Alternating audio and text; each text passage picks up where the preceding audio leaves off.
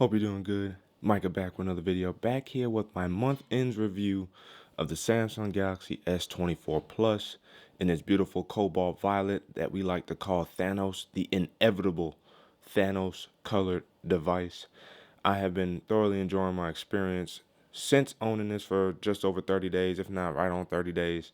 And I have some I have some thoughts, right? We've been doing some extensive coverage on this phone, the software, and what Samsung has been doing so, software wise, just in general, since One UI has been in existence. Good Lock, and next week or the week after that, we'll be talking about Good Guardians. But we've been talking about a lot of this, and yet there's still so much to say about this device. And one of the things I wanted to start off with is the software. So if you guys haven't already, if you guys noticed, no case today, rocking it clean. I am rocking the screen protector, which is from Rinky. Link will be in the description box below for you guys.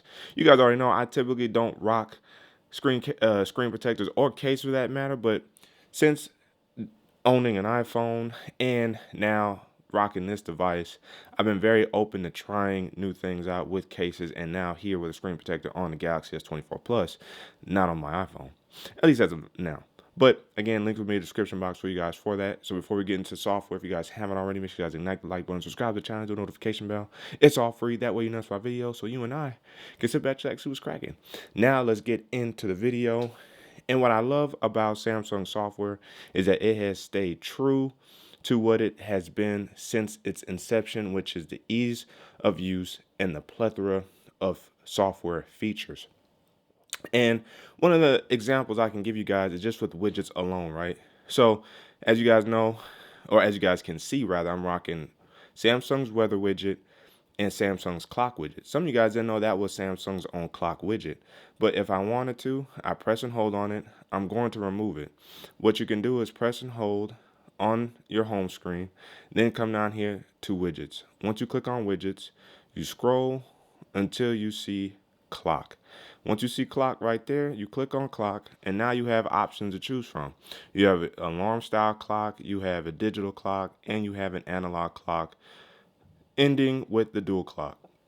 But I'm using the analog clock. So what I'm going to do is press and hold, and I'm going to drag to the area. Now, as you guys can see, highlighted are markers that you can try to expand the widget if you have the available space. I do, so I'm going to drag it like that. And now I have the clock looking like that. So I'm going to click out of that space, press and hold on it again. And what you can do is customize the clock. So by going to settings, now you have different options. This one is just the hour and the hour, minute hands, and the seconds hands. If you wanted indices, you can go with the indices. If you wanted actual numerical indices, you can go with that. You can go blank, but now the hour and hand clock have a multicolor to it with the black. The one I'm using is with the 12 followed by indices. And then you have this clock here, which is kind of reminiscent of more upscale style timepieces like a Rolex, like a Tudor, if you will. You can do that. Well, down here you have the ability to change the transparency and match with your dark mode. So by changing the transparency, you see what happens with the clock. And so for me, if I wanted to, I could zoom it right back out to completely transparent and save it. And now I change my clock to look like that. That's how simple it is, how clean, how easy, and how smooth Samsung has maintained the ability to change their widgets. Same with the weather widget. If I press and hold on my weather widget and I go to settings, I can change the transparency here, and I could change the location if I wanted to. And if I needed to, all I would have to do is, if I didn't like this weather widget, I can always sub it out for another weather widget that they have. Samsung continues to make that very, very clean and easy to use. Same with navigation. As you guys can see, just simple swipes along widgets that have multiple widgets on it. These are called stacked widgets. How easy it is to swipe between these. But then swiping back and forth on the home page. How simple and smooth it is. And since I use navigation bar, that's what I have in order to be able to navigate my phone. Swiping left, you have the Google Discovery feed, which you could actually sub out if you wanted to by swiping inwards, pinching inwards rather. If you want to access your settings down below, and swiping over, I could turn this on or off or switch it to Samsung News. Now it's Samsung News. I just realized that unless they change that with the February update, I promise it was Samsung TV Plus. But if I switch it to Samsung News, let's see what happens. So, trusted sources, blah, blah, blah, continue. So Samsung News gives you the same thing. Similar to Apple News and essentially Google Discovery Free to Google News, it gives you similar things in terms of news. Now that Samsung has their own, I don't mind using this on my Samsung device. And then when I'm done perusing the news, I swipe back over to my home screen. Those things are what we need from Samsung, and I'm so glad that they continue to refine this experience on One UI to give this beautiful device something else besides physical looks. The inwards was beautiful as well. And upon needing to change your navigation, if you wanted to rock with the navigation bars as opposed to the buttons, all you have to do is come into settings, you come in here to display, you scroll down until you see your navigation bar, you click on that, and then you have the option right up here to change your buttons versus swipe gestures. And then upon entering more options, you have the ability to use swipe gestures or swipe button gestures for your gesture bar with the gesture hints, or just keep it clean like an iPhone per se with one bar. And then by doing so, keep in mind, make sure your screen is on the highest resolution if you want that for your Samsung S24 Plus. If you don't want it, keep it on Full HD Plus to maintain visual quality while also prioritizing battery. When you swipe out, this is what you get. Press and hold, like you swipe up from the navigation bar, just like that. Boom, you got your recents, and then you can swipe between your recents, and then swipe away. If you want to go back to the last previous place, you just swipe along the bottom. Now, this is the hardest part I've noticed with this phone is swiping clean over. That for whatever reason, that's hard. Now, if you kind of swipe, and that used to work, and now it doesn't either. So I will say that's the point of contention I have is swiping from the bottom for recent apps. It doesn't quite swipe the way you want. I have to really kind of hang my phone. There we go, a little bit. It worked better that time. If they could refine this when it comes to swiping fast, quick swiping between your previously used apps, I think that would also refine the experience of navigation in general. But I would say that's largely not a problem, right? It's really not. And then using, let's say if I'm in settings and I swipe back, I love that.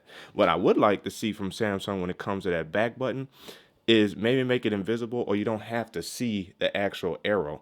By swiping back, you pull the arrow. Once you come back, and it will negate the back gesture and not go back. So I do like that. They could maintain the same thing without actually showing the actual arrow, in my opinion. I'm nitpicking, but that is something I would like to see an option for, because you currently can't do that, right? But the navigation, the ease of use when it comes to Samsung software is so refined. The Snapdragon 8 Gen 3 is doing a marvelous job here in how it has been optimized for the Samsung Galaxy S24 Plus. Not to mention the fact that if you wanted to place an app on your screen, how easy it is to just press and hold on the app, drag it down, and then place it just like that. For me, I actually need that app there because I don't have it in here. Oh, I do. Look at my clumsy behind. So, thankfully, I have it in the folder already. If I needed to, all I had to do is drag and drop into the folder if it stops playing around. And then, boom, I can do it and put it anywhere in the folder that I wanted to. So, I do like that. If I just want to press and hold and remove the app, since I already have it on my home screen, I can do that. You see the ease of use, and just from pressing and holding on the app in particular, you can uninstall it right there. So, Samsung makes navigation, the ease of use, shortcuts so much simple with One UI in general, but even more so One UI 6.1 and the continuous refinements that they supply us with these month-end updates like we got with the February update. Software is doing its thing here, and I couldn't be more happy from that perspective. Steady, smooth. But I would even say that this is more smooth and fluid than certain apps than even iPhone is. Like iOS sometimes trips in certain apps. Like trying to scroll fast in certain apps, it will not maintain or optimize smooth fluidity or 120 hertz the same way the Samsung Galaxy S24 Plus will. I think that's an added plus because it shows you how far Samsung has come, how far Android has come in smoothing out the software UI experience when playing and interfacing with apps and general everyday use. Now, one of the things I also want to mention to end this software segment is the January Google Play System update is here. If you ever wanted to check for that, you come into your settings, you go to privacy and security, or security and privacy rather, then you click on updates. Once you click on updates, you click on Google Play System update. When you click on that, it's going to check for the update. And in my case, I already have it installed right there, January 1, 2024. If you weren't sure, you can always click the check for update again to ensure you're on the most updated Google Play System update. And what this addressed was updates to system management services that improve device connectivity, network usage, security stability, and updatability. It also includes bug fixes for software management and diagnostic related services. This is all that applies to all phones that have Google Play system installed on their devices. So you will see further added improvement when it comes to Galaxy device, making sure that it's updated via Samsung and Google. Cameras. I have been showing some camera footage in the most recent update video that I did addressing the update over the weekend, which was the February update. I showcased some video sample footage and some camera or photos, photos, if you will, post update, because that update did address all three cameras, including the front facing camera, optimizing each camera lens specifically, as well as night mode and video quality. I can say without a shadow of doubt that these updates were needed for the Samsung Galaxy devices. Not to say that it weren't before, because if you guys hadn't already watched it, I did an iPhone 15 Pro versus Samsung Galaxy S24 Plus camera test, and Samsung was hanging in there with Apple. And if anything, Apple was hanging in there with Samsung in certain situations. So again, it just shows you how far we've come. Do I like the fact that we don't get hardware on a frequent basis? Yes, and I'll tell you why. Because we don't always need a new hardware improvement. That's the problem I have with yearly updates for phones. I think phones should skip to bi-yearly updates where we don't get new hardware every year. I think if we waited 2 years, sophisticated the software, that way the next new piece of hardware will come out with, again, even more better software, but a truly genuine new experience when it came to the hardware. And that includes the entirety of the phone, right? Not just the cameras, but the phone in general. I think we would have a better appreciation for phones, and maybe not even get rid of them as often, because they're not like hot commodity cakes that they could just throw out left and right. I think by maintaining a longer schedule when it comes to get the most use out of the hardware before you update it, I think that's a better idea. And that's what Samsung's doing with their camera hardware, which is probably due for a hardware update next year. And hopefully we'll definitely see it on the Flip and Fold series, specifically the Flip series, because they definitely need new camera hardware. It's about time that those finally got new camera hardware. But for the Galaxy S24 Plus, they're more than serviceable, more than adequate, more than ready to take the pictures and videos that one needs. Now, with the software and camera use, how does that affect battery life? I would say it's still completely fantastic. I know the first day or so after that February update that I talked about on Monday, the battery did seep a little bit faster, but that is par for the course. That's normal. Whenever you have to update the phone and it's updating things in the background, optimizing apps, it's got to optimize the battery. And the battery now has to kind of relearn how the phone is being used. And it takes about a day or so for that update to settle in and for the apps and the background apps to settle in. Because don't forget, there's a ton of little itty bitty little mini apps and services that run in the background. And when that happens, when it comes to updates, the battery needs time to adjust. Since then, I've been marvelously just fine. As you guys can see, screen usage about 14% today. Last charged to 99%, which is kind of crazy. I thought it was at 100%. A day and 14 hours ago. That was, 39 hours ago? 38 hours ago? That was 38 hours ago, and I'm currently at 30%, right? Now, yes, do I have light days with my phone? Yes, I do, because I live, so I'm not on my phone 24/7. And I do have an iPhone 15 that I also manage to do things with as well. So sometimes that can cut into my full usage of the S24 Plus.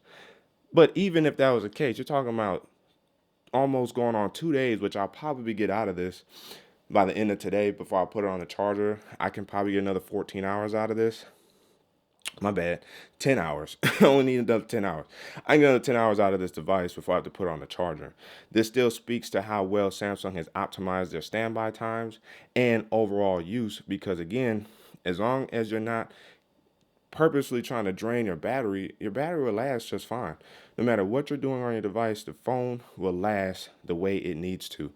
And I think that's the point. Arguably, battery is also the most subjective because it is based off of what you're doing on your device. So we can't always base one's usage off what we might be able to get, but it does give us an idea of what the battery is capable of. And what I'm relaying to you guys, that this battery is capable of achieving near 2-day battery life, a day battery life at minimum, and a day and a half on average. You can That's the potential that Samsung's Galaxy S24 Plus has when it comes to battery life. I've noticed a slight drain initially, as I said, and I think it's because due to the Vivid display update. But since then it's settled in. I've not switched it to natural. I've kept it on the base Vivid that was right out of the box, and the battery has stabilized and has been just fine. So I would argue, and I would say, have confidence in Samsung's Galaxy S24 Plus. If you have one, have confidence in your phone, it will last. You see all these social media apps I have, I still scroll and be on these apps on both of my phones. I primarily use this phone to cast to my TV or connect to the YouTube app on my TV and play videos to my TV. In that way, I primarily use this phone for that. I scroll, I shoot videos and photos with this phone. I mean, I use this phone as if it's my daily driver, especially at home. Is a lot of this used on Wi-Fi? Yup. Why not? I've already displayed that I can still get 30 plus hours out of this device on LTE, or if I'm connected to no Wi-Fi service all day. Like if I go a full day and a half or whatever, I can still use this phone on no Wi-Fi for over a day. So it shows you, no matter the circumstances, again, battery life is where it needs to be.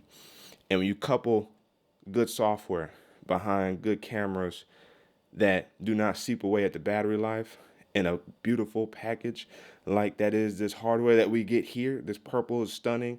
This aluminum frame is stunning. The I like the button placement on Samsung devices. The cameras I like, and I like the subtlety in that they didn't quite change the look. It still looks fantastic and beautiful. Look at that. That frosted glass where you barely see any kind of like little fingerprints or smudges. Even with the frame, you don't really quite see it like that. Always on display on fleek, right? Just a beautiful, beautiful device. The display, gorgeous. I will always stand by Samsung displays being immaculate, and you get that here with the Samsung Galaxy S24 Plus. The fingerprint sensor works flawlessly with the screen protector on. Initially, when you apply the screen protector, of course, it needs a little bit of time to settle, but like overnight, basically, you can come in and use it with no problems. I will suggest that going into settings, going into display, and also scrolling all the way down here to touch sensitivity. Turning that on will improve your charging. Your charging. Oh my goodness! It will improve your fingerprint sensor to work much better as well. So I would definitely say keep that in mind. But I haven't had no issues with any of my fingers that I have registered on my screen. Works flawlessly. And overall, thank you, Samsung, for keeping the edge panels. Lifesaver. The edge panels are a lifesaver. This is my Galaxy S24 Plus. I stand by. I can recommend it. I can approve this device after a full month's worth of use and dialogue, discussions, and we will continue that train going forward because, of course, we're not going to be done using this device. So be on the lookout for continued experiences with the Galaxy S24 Plus, which includes our monthly our monthly updates that we get from Samsung, whether they're security updates or improvements functionality, additions, this, that, and the third, One UI 7, we should still have this device unless it was traded in for a flip or fold. But but we will be continuing our discussion with the S24 Plus in times moving ahead. Let me know down in the comment section below what you guys thought about the S24 Plus. I'm interested to know what you guys think about it. Coming into 2024, were we expecting this phone to be this successful?